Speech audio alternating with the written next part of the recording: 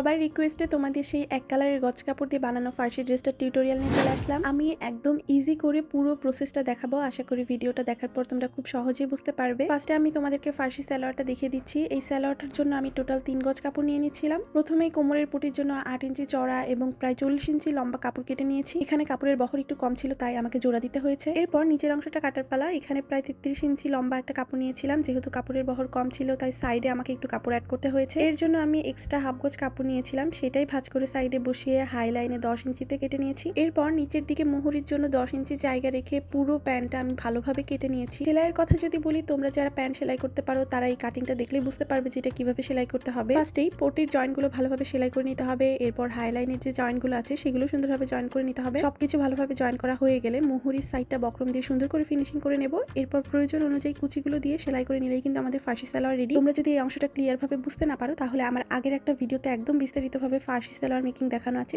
চাইলে সেটাও দেখে নিতে পারো। এবার আসি এই ড্রেসের মেন পার্টে, মানে কামিজ। এখানে আমি সাধারণভাবে যেভাবে কামিজ কাটিং করি ঠিক সেভাবেই কিন্তু 32 ইঞ্চি লেন্থের একটা কামিজ কেটে নিয়েছিলাম। আমি যে 1 গজ অ্যাশ কালারের কাপড় কিনেছিলাম সেটার মধ্যে থেকেই এই সুন্দর শেপ মতো একটা বডির প্যানেল কেটে নিয়েছি, আর হাতার জন্য 2টা প্যানেল কেটেছিলাম। এখন তোমাদেরকে যে প্রসেসটা দেখাবো তোমরা চাইলে ঠিক এভাবেই করতে পারো। আমি প্রথমে প্যানেলটাকে একটা কাগজের সাথে সেলাই করে নিয়েছি। কাগজের সাথে সেলাই করা হয়ে গেলে এটাকে উল্টিয়ে নিয়েছি এবং ভালোভাবে আয়রন করে নিয়েছি। আয়রন করা হয়ে গেলে সাবধানে কাগজটা ছিঁড়ে ফেলেছি। এরপর প্যানেলটা বডির সাথে অ্যাটাচ করে নিয়েছি। নিচের দিকে একটা ট্রায়াঙ্গেল শেপের সিম্পল লেস দিয়েছিলাম। এরপর কর্নার বরাবর কিন্তু খুব সুন্দর করে সেলাই করে নিতে হবে, যাতে ফিনিশিংটা অনেক সুন্দর আসবে। হাতার কাজটাও কিন্তু একইভাবেই করতে হবে, তবে এখানে আমি কাগজ ব্যবহার করিনি, নর্মালি কাপড়টা ভাঁজ করে ডিজাইনটা তৈরি করে নিয়েছি। তোমাদের হাত যদি একটু পাকা হয় তাহলে তোমরাও এভাবেই খুব সহজেই করে নিতে পারবে।